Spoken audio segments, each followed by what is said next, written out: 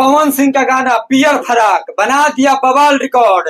और बहुत लोग बहुत कुछ बोल रहे थे कि पवन सिंह का गाना 11:30 बजे रात में आया, इस गाने का भाई पैसा भी वापस नहीं आएगा।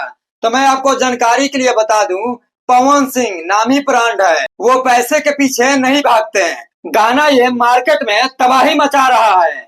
आज भाई लगन में तांडव मचा था पवन सिंह का गाना पियर फरक वाली 2। हर जगह यही गाना बज रहा है। सही बताओ तीन तार लोग के, अभी तक इस गाने का व्यू का बात कर लिया जाए तो 1.5 मिलियन व्यू क्रॉस, जो आज तक नहीं किया वो पवन सिंह करके दिखा दिए हैं। 11:30 बजे रात में गाना अइलक, और गाना अइला के बाद इस गाने का रिस्पॉन्स देखो।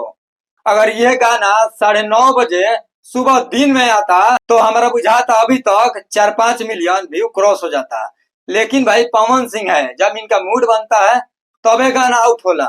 और ये बोले ही हैं, हम पैसा के पीछे ना भागीला, लोग भागे लेकिन हमारा पैसा से कोई मतलब नहीं है। बाकी वीडियो जहां से भी देख रहे हो गर्दा उड़ा के शेयर करो, शेयर करने में कंजूसी मत करना।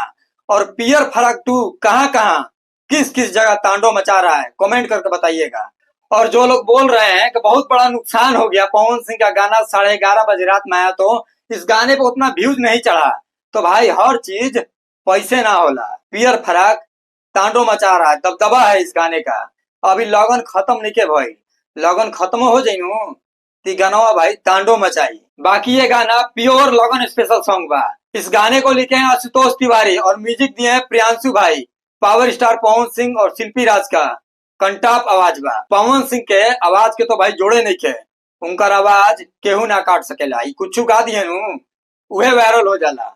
बाकी चलिए मिलते हैं नेक्स्ट वीडियो में। चैनल पे नए नए हो तो चैनल को सब्सक्राइब कर लीजिएगा, और पवन सिंह के कट्टर फैन हो तो फिर से बोल रहा हूँ दबा कर शेयर करिए।